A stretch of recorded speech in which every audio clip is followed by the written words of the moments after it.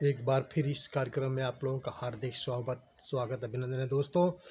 आज की सबसे बड़ा सवाल है कि एक तरफ लोकसभा का चुनाव 1 महीने बाकी है, आचार संहिता भी लागू हो गई दोस्तों, और वहीं पर सीटों का बंटवारा भी बहुत तेज चल रहा है दोस्तों।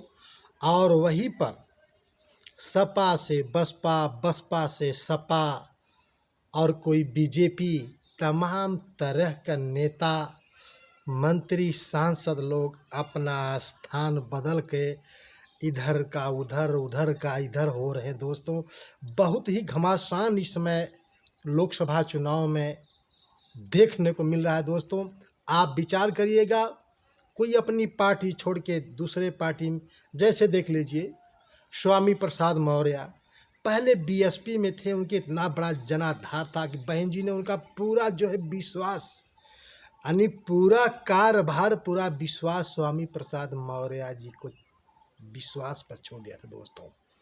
कहा जाता था कि बीएसपी के सबसे बड़े कर्मनिष्ठ नेता है तो कोई स्वामी प्रसाद मौर्य जी हैं।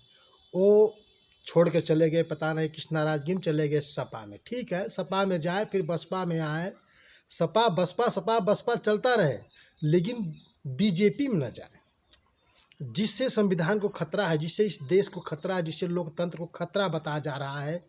जो बड़े बड़े सांसद, बीजेपी के मंत्री सांसद तक संविधान की उद्देश्य का गलत ठहरा रहा है, और इतना तक दावा ठोक रहे हैं कि अब की पार 400 प्लस के पार संविधान बदल लिया जाएगा दोस्तों।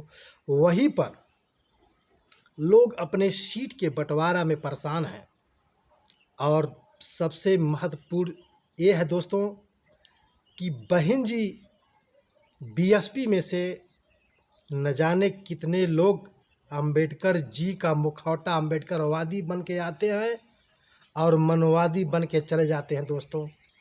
इधर स्वामी प्रसाद मौर्य जी को देख लीजिए, और दूसरी बार चंद्रशेखर रावण को देख लीजिए कि वह अपनी पार्टी बनाकर इस समय कितने कठिन मुसीबत से वो जाकर नगीना सीट के लिए परिश्रम कर रहे हैं, मेहनत कर रहे हैं। इस समय इतना जोरों शोरों से वो काम कर रहे हैं। वहीं पर कहा जा रहा था कि सपा से उनको सीट मिलेगी दोस्तों, लेकिन सपा ने भी लोकसभा 2024 में चंद्रशेखर रावण को करारा झटका दिया दोस्तों। अभी भी लोकसभा नगीना की जो सीट है बिजनौर वाली, उस पर बहन जी का भी कोई प्रत्याशी नहीं है। अभी कहा जा रहा है कि चंद्रशेखर रावण पुकार लगा रहे हैं बहन जी को, बहन जी अपने शरणों में ले लो, अपने चरणों में ले लो। लेकिन इस समय उनके पास इतना कठिन मुसीबत, कठिन परिश्रम यानी कठिन परीक्षा मान लीजिए कि अगर दलित का वोट 2 टुकड़ों में बंट जाएगा, एक चंद्रशेखर रावण की तरफ, अगर बीएसपी अभी तक तो नहीं उतारी है, अगर बीएसपी अपना प्रत्याशी अगर उतार देती है दोस्तों, तो क्या सीट मिल पाएगी? न चंद्रशेखर को मिल पाएगी, न जो है बीएसपी को मिल पाएगी दोस्तों। वहीं पर सपा के प्रत्याशी मनोज कुमार जो पूर्व जज हैं दोस्तों, त्रिकोणीय चुनाव हो जाएगी दोस्तों। और वहीं पर एक झटका और लगा है तेलंगाना दोस्तों। आरएस प्रवीण कुमार जो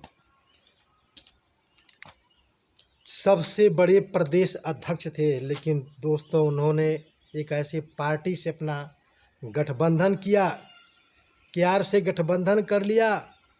अब बहन जी के बिना पूछे हुए, बताए हुए बहन जी ने उनको अध्यक्ष बनाया, पूरी जिम्मेदारी तेलंगाना का दिया, लेकिन उन्होंने 2 सीट बिना बहन जी के पूछे केआर से गठबंधन करके, बहन जी के बिना बताए एक काम किए दोस्तों। इसलिए उन्होंने अपने आप त्याग पत्र दे दिया बहन जी के हाथ में कि मैं जो है त्याग पत्र देता हूँ। यानी कोई दूसरा लालच जो संविधान विरोधी है, उससे अपना गठबंधन करने के चक्कर में आरएस प्रवीण भी बीएसपी से हाथ धो लिए दोस्तों। घर से छोड़ करके दुश्मन के हाथ जा रहे हैं, जो संविधान विरोधी है उसके पास जा रहे हैं। तो ऐसे लोग आरएस प्रवीण हो गए, मौर्य जी हो गए, चंद्रशेखर रावण जी हो गए, जो अंबेडकर वाद बनकर आते हैं, मनुवाद बनकर काम करने लगते हैं, बाबा साहब का मुखौटा लगाकर, कांशीराम साहब का मुखौटा लगाकर। अगर चंद्रशेखर रावण जी भैया अगर पार्टी न बनाए होते तो आज उनको एक अग्नि परीक्षा नहीं देनी होती दोस्तों। अभी तो फिलहाल बीएसपी का कोई जो है प्रत्याशी नगीना सीट पर जो है नहीं उतारा गया दोस्तों। अब देखिए, अभी तक तो रिपोर्ट के हिसाब से अभी तक बीएसपी का कोई जो है प्रत्याशी नगीना सीट के लिए नहीं है दोस्तों। अब देखिए अब क्या हो जा रहा है। बहुत ही जल्दी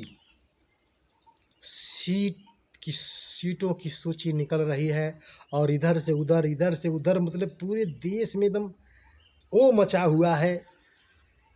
कौन पार्टी के नेता किस पार्टी में चला जाएगा, किस पार्टी का नेता किस पार्टी में चला जाएगा, इसकी कोई बुनियाद नहीं है।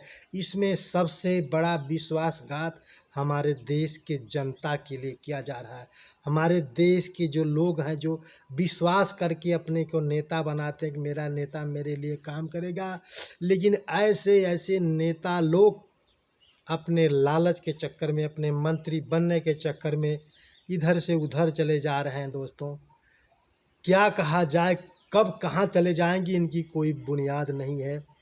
और एक तरफ कांग्रेस और बहुत सारे विपक्षी लोग दावा ईवीएम को लेकर चल रहा है, वहीं पर सुप्रीम कोर्ट ने खारिज कर दिया और मुख्य निर्वाचन आयोग ने सैर सुनाकर हटा दिया कि ईवीएम में कोई गड़बड़ी नहीं है। और वहीं पर सुप्रीम कोर्ट के वकील महमूद प्राचा जैसे, भानु प्रताप जी जैसे बहुत सारे जो है सुप्रीम कोर्ट के अधिवक्ता लोग मिल करके ये बहुत बड़ा आंदोलन करने जा रहे हैं दोस्तों। अभी तक सूचना के हिसाब से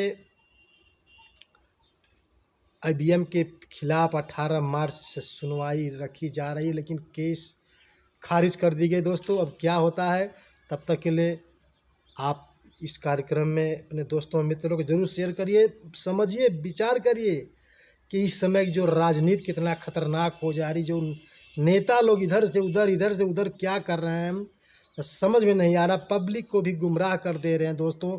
आप सूझबूझ करके ही अपने जो संविधान के लिए लड़े, जो इस बहुजन मूवमेंट के लिए लड़े, जिस बहुजन हिताय बहुजन सुखाय के लिए लड़े, उसको आपको समझ कर ही अपने वोट का अधिकार का प्रयोग करें दोस्तों। यह बात अपने मित्रों दोस्तों को जरूर शेयर करें। और आप सभी को बहुत बहुत जय संविधान, जय भारत का विज्ञान।